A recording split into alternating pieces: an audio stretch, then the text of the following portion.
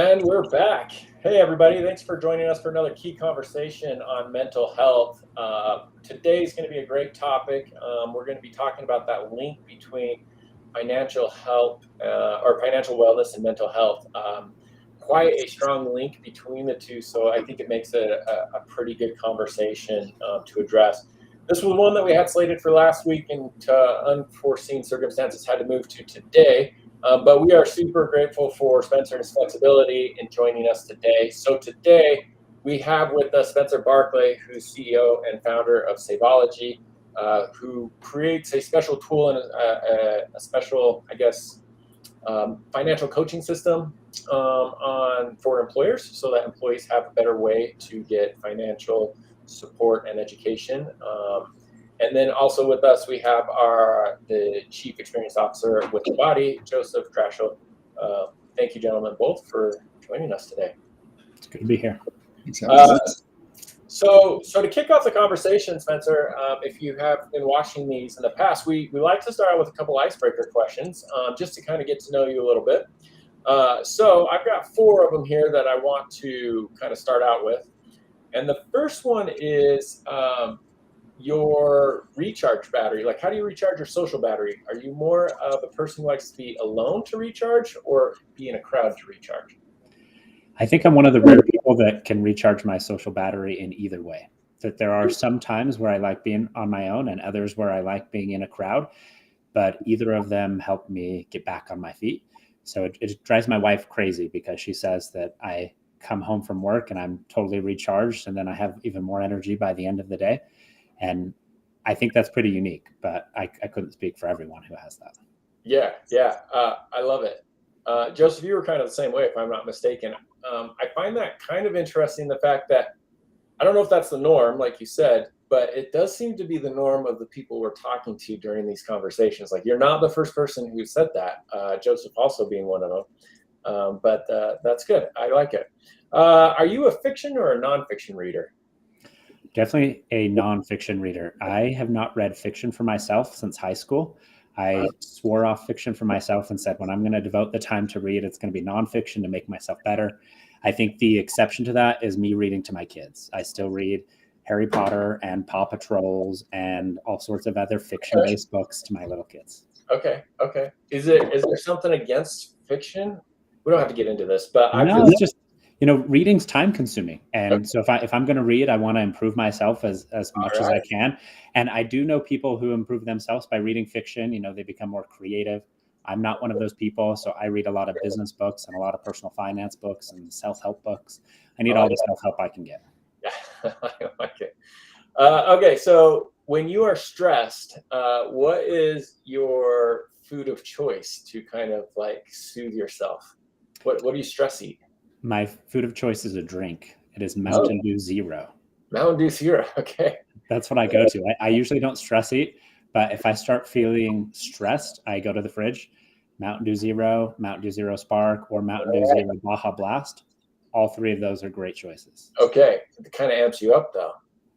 It kind of does, but it like balances me out. I don't know how that works, but it's been successful for me in the past. That's fascinating. I love it. Okay.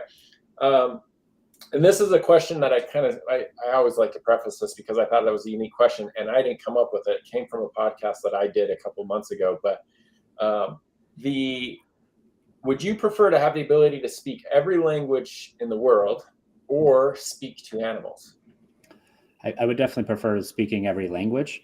I like talking to humans. And when I learned Romanian in 2008 to 2010, 10 years ago, I just found that it unlocked a whole new side of me, right? Being able to communicate with people from a different cultural background, like you build strong relationships that way. And if I could speak all the other languages, I just feel like not only would I form better relationships, but I could be more impactful in my everyday work versus speaking to animals would probably just be more fun and maybe a little bit less impactful to my success. Speaking to animals is like the fiction of yeah, that's a good point, Chris. I like that. It's like, do you like fiction or nonfiction books? Do you like people? It's the same question, David. I don't know. Okay, I'm going to ask this next time to our next guest tomorrow. We have Elisa Garn on. I don't know if you know her, Spencer, but she's great. I'm going to ask her that, and I'm going to see if there's some consistency in nonfiction and fiction and speaking animals and humans. I like that. Okay, so let's set the stage for today's conversation.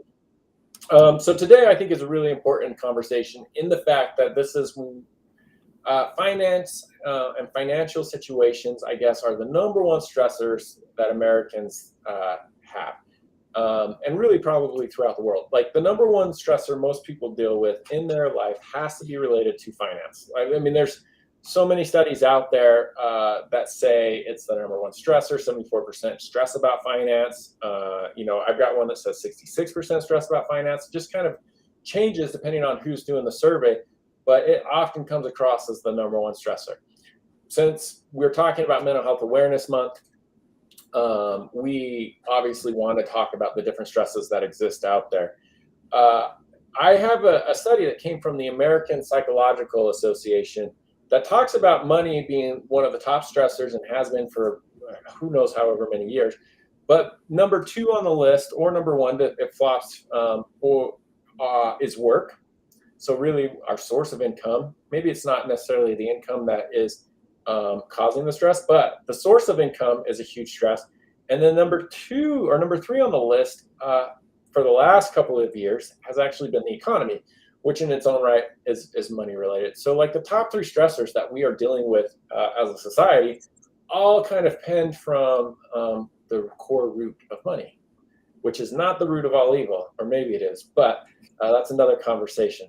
So Spencer, I bring this to our attention. This is why we have you on, is to really dive in and understand, one, how to better alleviate maybe our financial situation, how a company or an organization can bring financial education, financial wellness into their benefits, and then also just really kind of understand like what the link is between mental health as a whole and finance.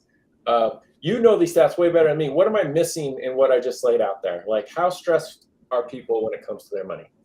Yeah, I think you painted the picture relatively well. If I could add one more piece in there, it's the breakdown of how often people experience that financial stress. So one of the studies that I read showed that 95% of people have experienced financial stress within the last year. 95% is a huge number. Yeah. That number then falls down to like 75% within the last month.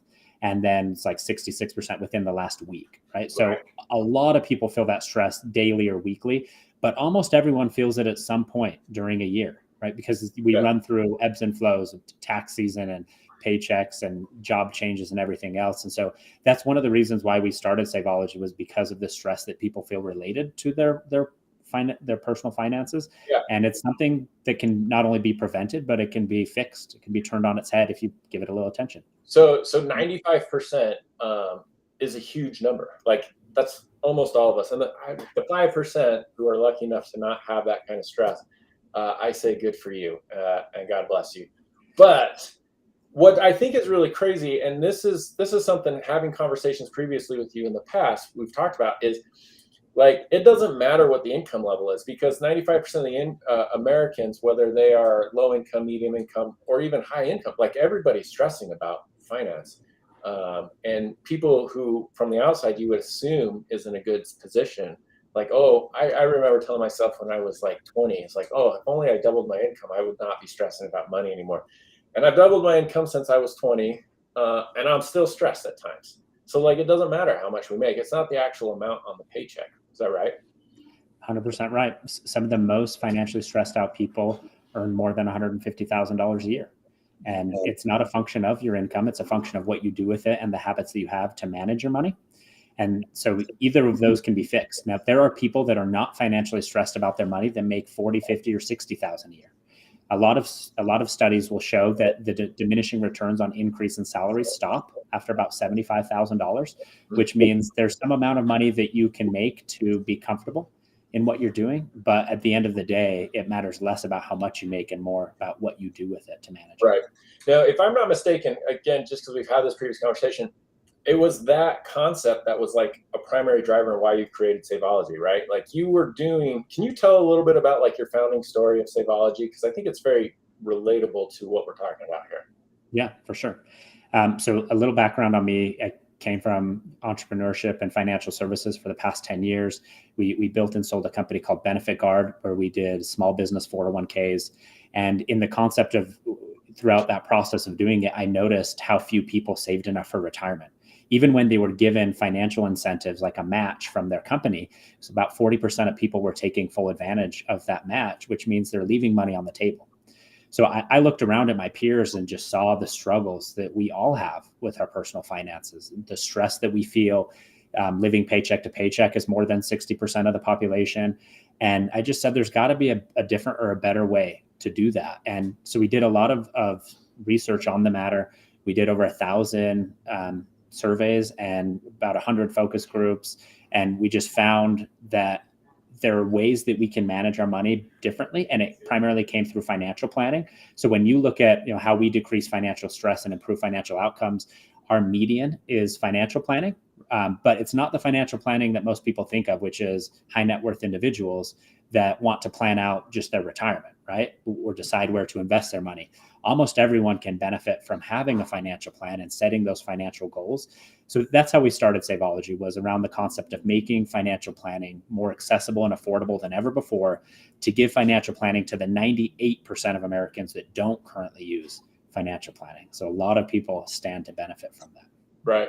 And I mean, you were seeing this where people were just leaving money on the table, not because they didn't want to, but almost to the point they didn't understand what was happening or why they were leaving money on the table. And what that ended up doing was that kind of lack of education just was compounding their stress level when it came to finances, right? For sure. Joseph, I want to turn to you for a quick minute here. We've talked a lot in the past about stress and what that actually does to employees, right? Like, it causes them so they can't focus on their work. It causes so that, maybe they're more distracted.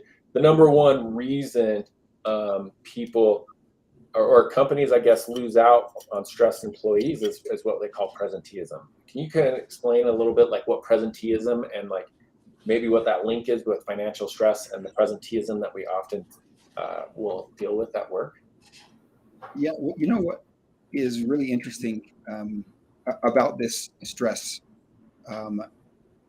of financial stress and mental health? It's actually cyclical. Your financial stress can cause mental health challenges, and we have some statistics on it that we'll share.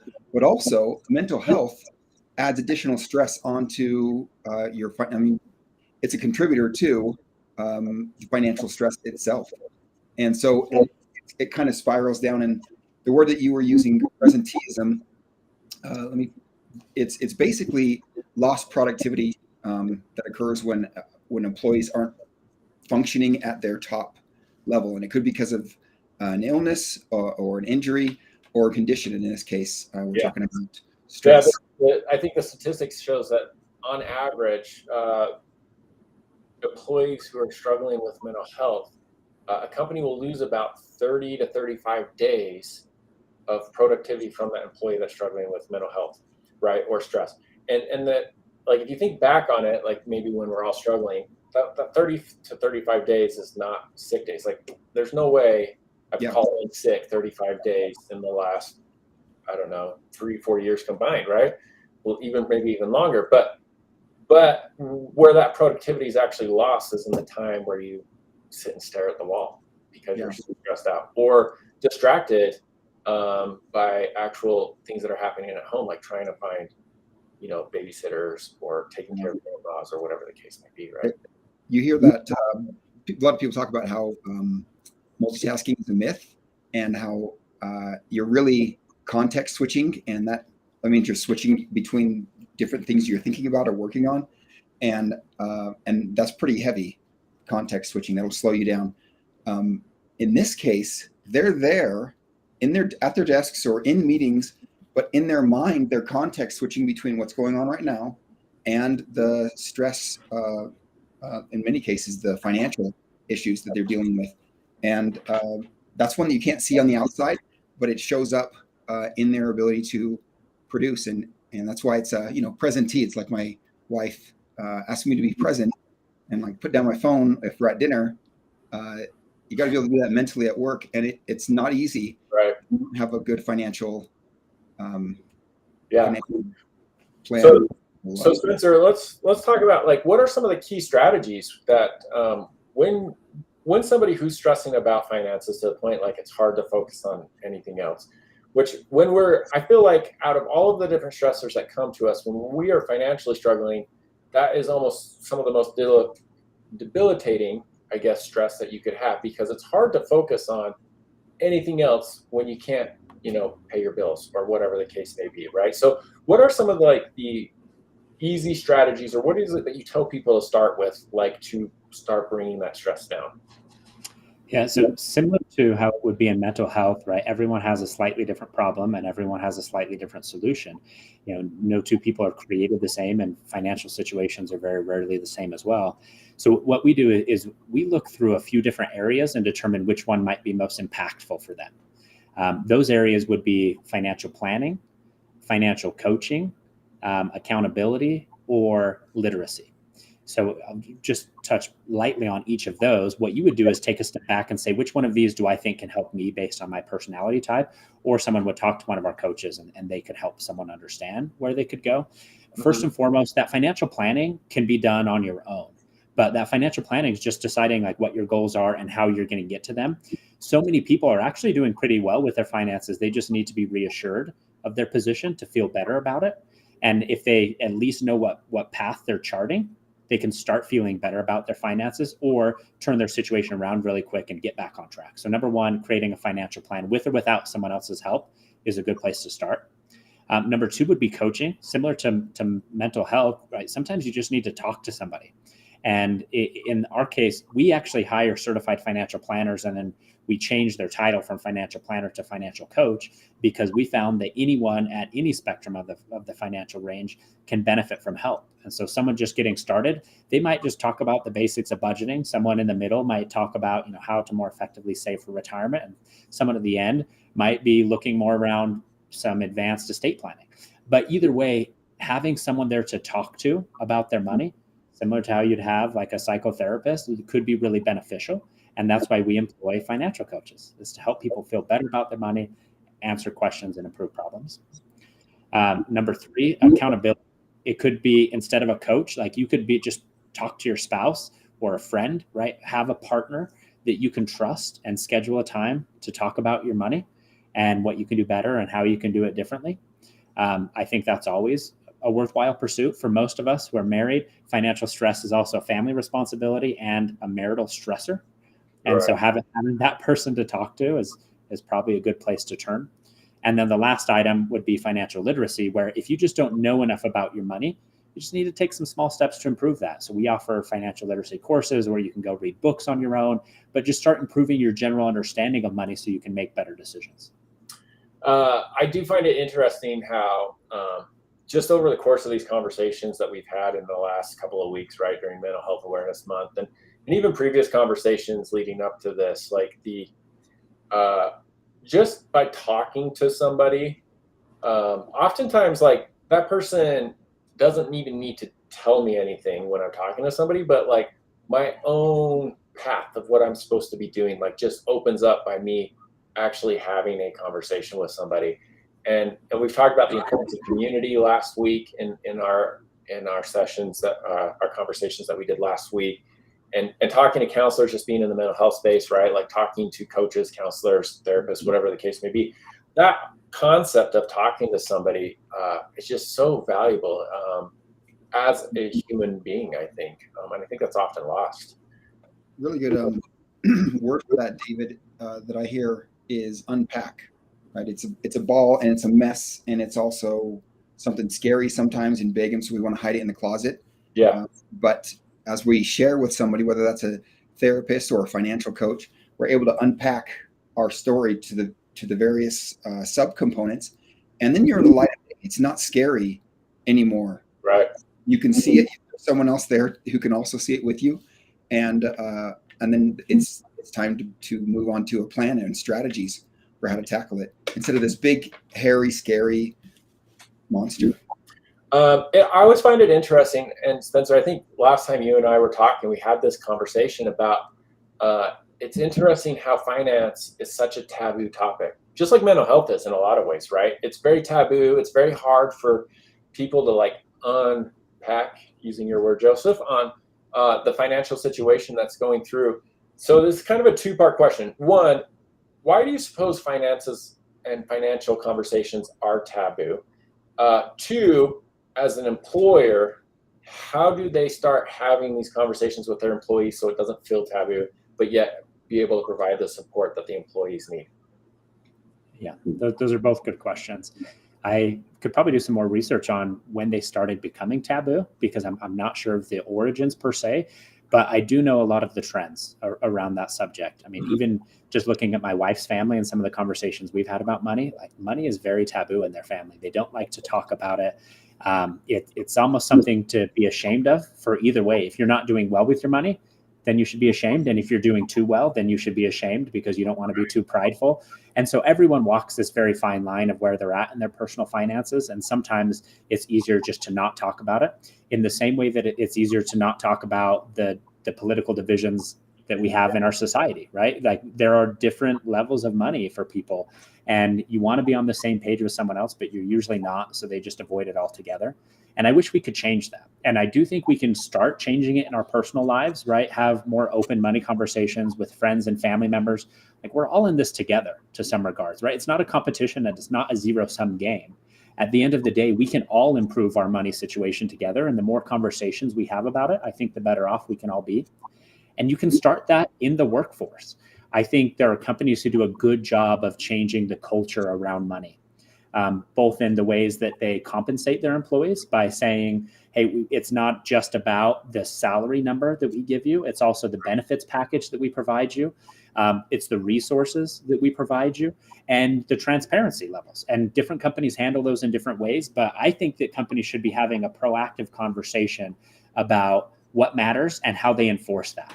And me as a business owner, how I would enforce that is by opening up our company culture to value things like financial literacy. We do lunch and learns about personal financial topics where we can talk about, we learn new elements of money, and then we discuss new things with our coaches who put them on for us. That's built into our culture.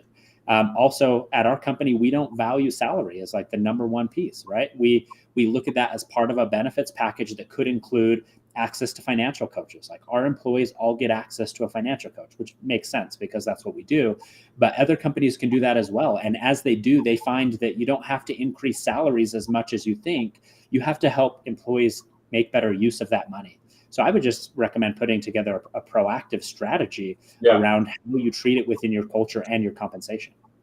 I think it's really fascinating where salaries obviously are a big part of why we have the job that we have. But with the great resignation, as they say, going on right now, and people looking for different jobs, like salary is not what's driving people to find greener grass in a lot of cases, right? It's a matter of what they're getting out of the company. I think a lot of, Joseph, you could probably talk on this a little bit more, but like even the mental health benefits, like people are interested in what the company is doing to support the individual beyond just salary. Mental health benefits is one of them.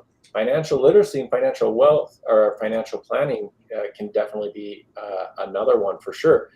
And these kind of combination of support for the employee, I think, is driving a huge difference in whether an employee feels valued and wants to stay with the employer.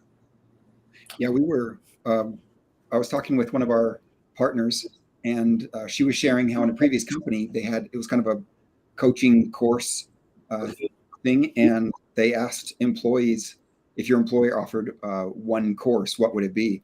And the overwhelming response was financial education. These were, and this is probably surprising, but I don't think we should be surprised. There was just basic misunderstanding or even lack of knowledge of things that you might consider foundational, but where are you going to get that foundation if it wasn't part of any formal education? Things like difference between debit and credit and compound interest and how to navigate through debt, how to plan ahead. Those ones can get a little, but it was, people spending money to fill an emotional void, and then people avoiding dealing with money, and those it all comes down to kind of an emotional relationship with money, and being able to pull that apart and untangle that and address the emotional part and the mental health part, but also the financial part. And then it can come back together with an element of peace instead of chaos and fear. Yeah. Oftentimes, like speaking of the Great Resignation, right? As it's being said, like I would say you would think that your income is what's driving you to start looking like, oh, I need to make more money so I can be less stressed about finances. But that, as you said earlier, Spencer, like it doesn't matter how much you make, the financial stress will follow if you're not making the wise decisions, right? Yep. And so an employer who addresses that, I think, can go a long way in retaining employees. There's an interesting statistic that like almost a third of people have left a job because they felt financial stress, whereas it's less than 20% of people that have left a job specifically because they weren't making enough money, right? So it just shows you maybe how they view that, because it's not the dollar amount per se that they make, it's how they feel about the money that they make and how they put that to good use. And so I think it should be a little bit less about that, and it should be more about how we treat our relationship with money. Right. Well, we're out of time.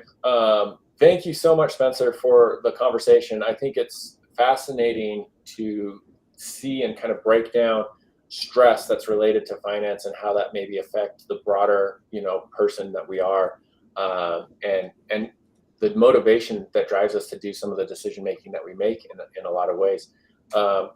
Spencer, can you give us just a little bit more detail where we can learn more about Savology and what you're doing over there?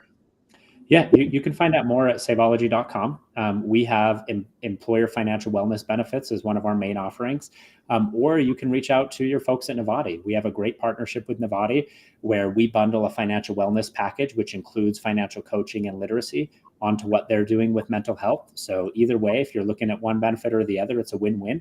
I think we've seen a lot of success early on with Nivati clients, and happily refer people over there as well when they want to solve both sides of the coin at the same time. And Abby, who's helping us produce the show, I think has dropped a link in the comments if you guys can see that on some of the content that we've jointly worked on together, but also how you can learn more between what Savology is doing. Joseph, thank you so much again for joining us for another conversation. We're going to continue these key conversations. It is Mental Health Awareness Month throughout the month of May. So use the hashtag when talking about Mental Health Awareness Month, or here at Nivati, we're also using the hashtag Prioritize Mental Health, because it is a very important conversation that we are having this month. And finance is one portion that we wanted to talk about. So we're glad we were able to get this done. We're going to continue the conversation tomorrow. We're going back to back this week. Just the way it works out. Tomorrow's conversation is going to be great. I'm really looking forward to it. It's dedicated to the HR team and the HR executives. We have joining us Elisa Garn, who is a huge HR advocate, evangelist, CEO and founder of Level Next, a new startup that's coming out. And we are going to talk specifically about strategies to help support the HR team. Those people who actually really help run a company and kind of become the de facto therapist, if you will, within an organization. So we're going to talk specifically about the HR team tomorrow. Really looking forward to that conversation. Recommend you all check that out. And then on Thursday, we have Logan Mallory, who's joining us from Motivosity. And we're going to really talk about and break down gratitude and what the effects of gratitude are within the office and how gratitude will help mental health. Those are this week's conversation, and then we'll continue into next week as well. But thank you, everybody, for tuning in with us today, and we look forward to continuing this conversation on mental health for Mental Health Awareness Month. Thank you, and have a great day.